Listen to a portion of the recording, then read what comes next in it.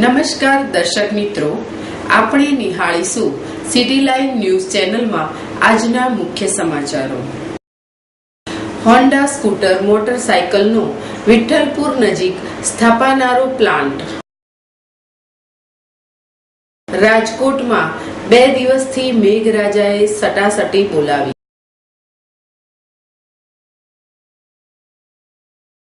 CRIએ નવી 2 ગણી ઊંડાઈ સુધી કાર્યક્ષમ બિંદા 6D સબમર્સિબલ પંપ પ્રસ્તુત કર્યો. સાઉથ બોપલ જલધારા 2 ખાતે નવરાત્રી મહોત્સવ.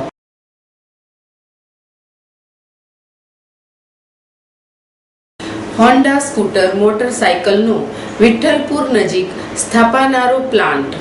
મુખ્યમંત્રી શ્રીમતી આનંદીબેન પટેલની ઉપસ્થિતિમાં હોન્ડા સ્કૂટર અને મોટરસાયકલ ઉત્પાદન કંપનીએ અમદાવાદ જિલ્લાના વિઠ્ઠલપુર નજીક પ્લાન્ટ સ્થાપના માટેના સ્ટેજ સપોર્ટ એગ્રીમેન્ટ ગાંધીનગરના સંપન્ન થયા હતા. વિશ્વવિખ્યાત મોટરસાયકલ ઉત્પાદક કંપની હોન્ડા રૂપિયા 11,000 કરોડના ખર્ચે અદ્યતન ઉત્પાદન એકમ સ્થાપશે. તેના દ્વારા અંદાજે 2,000થી વધુ યુવાધનને રોજગાર અવસર મળતા રહેશે. મુખ્યમંત્રીશ્રીએ ગુજરાતમાં પ્લાન્ટ શરૂ કરવાના હોન્ડા સ્કૂટર્સ એન્ડ મોટરસાયકલ્સના આ નિર્ણયને ગુજરાત ઓટો હબની દિશામાં વધુ એક સીમાચિહ્ન ગણાવ્યું હતું. શ્રીમતી આનંદીબેને કહ્યું હતું કે આવા ઉત્પાદન એકમો દ્વારા મેક ઇન ઇન્ડિયામાં વડાપ્રધાન નરેન્દ્રભાઈ મોદીની સંકલ્પના સાકાર કરશે. રાજકોટમાં 2 દિવસથી મેઘરાજાએ સટાસટી બોલાવી. રાજકોટથી નારાજ થઈ મોઘેરા મહેમાન મેઘરાજા છેલ્લા 2-3 દિવસથી ઘણા સમય પછી રાજકોટ ઉપર મહેરબાન થયા હતા અને બપોર બાદ અચાનક વાતાવરણમાં પલટો આવ્યો હતો. તડકા છાયા જેવા માહોલ વચ્ચે મેઘરાજાએ સટાસટી બોલાવી હતી અને શહેરના રાજમાર્ગો નદીમાં ફેરવાઈ ગયા હતા. એક તરફ તડકો અને બીજી તરફ ધોધમાર વરસાદ વચ્ચે લોકો ભીંજાયા હતા. અંદાજે 20 દિવસ સુધીના વિરામ રાખ્યા બાદ અચાનક જ મેઘરાજાએ એન્ટ્રી કરતા લોકો પણ ખુશખુશાલ થઈ ગયા હતા. રાજકોટ શહેરમાં ગઈકાલે સાંજે તડકા છાયા જેવા વાતાવરણ વચ્ચે જોરદાર વરસાદ વરસ્યો હતો. આકાશ વાદળોથી ઘેરાઈ ગયું હતું અને અચાનક જ જોરદાર પવનો ફૂંકાવા લાગ્યા હતા.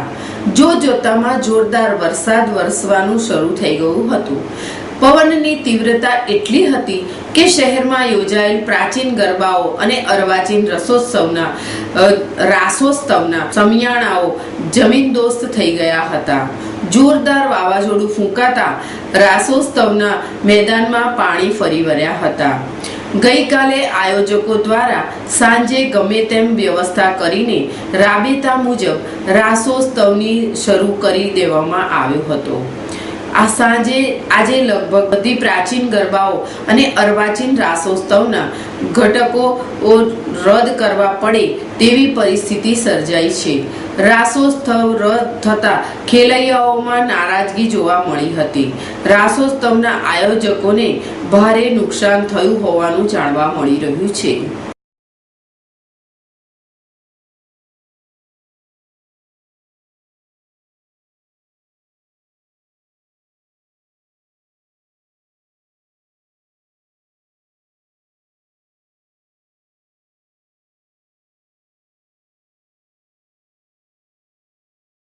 CRIએ નવી 2 ગણી ઊંડાઈ સુધી કાર્યક્ષમ બિંદા 6D સબમર્સિબલ પંપ પ્રસ્તુત કર્યો. CRI પંપ જે ભારતની મુખ્ય પંપ ઉત્પાદક છે તેના દ્વારા 2 ગણી ઊંડાઈ સુધી કામ કરવાવાળી નવી બિંદા 6D સબમર્સિબલ પંપ પ્રસ્તુત કર્યો છે, જે AISI સ્ટેનલેસ સ્ટીલમાંથી બનેલ છે અને બિંદા 6D પંપ્સ જે 2 ગણી ઊંડાઈ સુધી કાર્ય કરવા ડિઝાઇન કરેલ છે. આ પંપ 2 વર્ષની ગેરંટી સાથે આવે છે. Shri R Bhupathi, vice president CRI pumps એ આ પ્રસંગ પર કહ્યું હતું કે CRI બિંદા 6D સિરીઝના પમ્પ્સ વિશેષ રૂપથી પરિસ્થિતિ માટે ડિઝાઇન કર્યા છે. જ્યારે ભૂગર્ભમાં જળનું સ્તર બહુ જ ઊંડું થઈ ગયું હોય, બિંદા 6D વધારે ઊંડાઈ પર કામ કરવાના ઉદ્દેશ્યથી મજબૂત AISI ગ્રેડના સ્ટેનલેસ સ્ટીલથી બનાવેલ છે, જે નિયમિત પંપની તુલનામાં 2 ગણી ઊંડાઈ સુધી કાર્ય કરે છે. આના લીધે પંપના સ્ટેજ અને લંબાઈ ઓછી થઈ જાય છે, જેથી મેન્ટેનન્સ ખર્ચ ઓછો થઈ જાય છે અને પંપની આયુષ્ય વધી જાય છે. CRI બિંદા 6D સબમર્સિબલ પંપના અનેક ફાયદા છે, જેવા કે કાટ પ્રતિરોધક, પાણી પ્રવાહના સમયે ઓછો ઘર્ષણના લીધે ઓછું મેન્ટેનન્સ ખર્ચ. આ સિરીઝના પંપ ઉચ્ચ કાર્યક્ષમતાની સાથે લાંબા સમય સુધી કામ કરવાની ગેરંટી આપે છે. તેની અંદર લાગેલો ચેક વાલ્વ પાણીના વળતા પ્રહારને રોકે છે અને તેનાથી થતા નુકસાનથી પંપને બચાવે છે. બિંદા 6D પંપની સાથે કંપની 2 વર્ષની ગેરંટી આપી એ વિશ્વાસ આપે છે કે ગ્રાહકોને ઉચ્ચ ગુણવત્તાવાળા પંપ ઉચિત કિંમતે આપવા માટે પ્રતિબદ્ધ છે. CRI બિંદા 6D પંપ જુદા જુદા ઉપયોગ માટે આદર્શ છે, જેવા કે ખેતી, ઘરેલું નાગરિક જળ અપૂર્તિ, પ્રેશર બુસ્ટિંગ અને ડિવોટરિંગ હેતુ. એના સિવાય ઉદ્યોગ સ્પ્રિંકલર સિસ્ટમમાં ઉપયોગમાં આવે છે. કાટ પ્રતિરોધક સ્ટેનલેસ સ્ટીલ 304 ગ્રેડથી બનેલા સ્ટેજ કેસિંગ અને સ્ટેનલેસ સ્ટીલ 410 ગ્રેડથી બનેલા ઇમ્પેલરનો ઉપયોગ પંપને લાંબુ આયુષ્ય આપે છે. આ પંપને વિશેષ રૂપથી ડિઝાઇન કરેલ છે, જેથી આ વોલ સ્ટેજ વધઘટને સહેલાઈથી સહન કરી શકે. બધા પાર્ટ્સને પૂરી નિપુણતાથી બનાવેલ છે, જેથી વીજળીની ઓછી ખપત સુનિશ્ચિત રહે છે. પમ્પસેટના થ્રસ્ટ બેરિંગ એવી રીતે ડિઝાઇન કરેલ છે કે જેથી આ ઉચ્ચ એક્સેલ થ્રસ્ટ એ સહન કરી શકે છે. સાઉથ બોપલ જલધારા 2 ખાતે નવરાત્રી મહોત્સવ. ઉત્સવ પ્રિય અમદાવાદીઓ નવરાત્રીના 9 દિવસ મન મૂકીને ગરબે રમે છે. ગુજરાતમાં અને તેમાં પણ ખાસ કરીને અમદાવાદની નવરાત્રી જોવા જેવી હોય છે. શહેરના પૂર્વ વિસ્તારના શેરી ગરબા સાથે પશ્ચિમ વિસ્તારમાં આધુનિક ગરબાની રમઝટ ચાલી રહી છે, જ્યારે સોસાયટીના ગરબા પણ બાળકો, યુવાનો, યુવતીઓ, વૃદ્ધો પણ મન મૂકીને ગરબાની રમઝટ બોલાવે છે. ગત રવિવારે સાઉથ બોપલમાં આવેલા જલધારા 2 ઉપવન વિલાની બાજુમાં સોસાયટીમાં પણ ખૂબ જ સુંદર નવરાત્રી મહોત્સવનું આયોજન કરેલ છે. માતાજીના 9 દિવસના નોરતા માની આરાધનાનું પણ એક વિશેષ મહત્વ છે. ત્યારે સાઉથ બોપલમાં આવેલા જલધારા 2માં પણ ગરબાનું આયોજન કરવામાં આવેલ છે. સોસાયટીના ચેરમેન રજનીભાઈ પટેલ, સેક્રેટરી રાકેશભાઈ ધોળકિયા, સભ્યો દેવેન્દ્રભાઈ બારોટ, ભરતભાઈ પટેલ, અશોકભાઈ પટેલ, વગાસિયાભાઈ તેમજ સમગ્ર સોસાયટીના સભ્યો સાથે મળીને આ ગરબાનું ભવ્ય આયોજન કરેલ છે.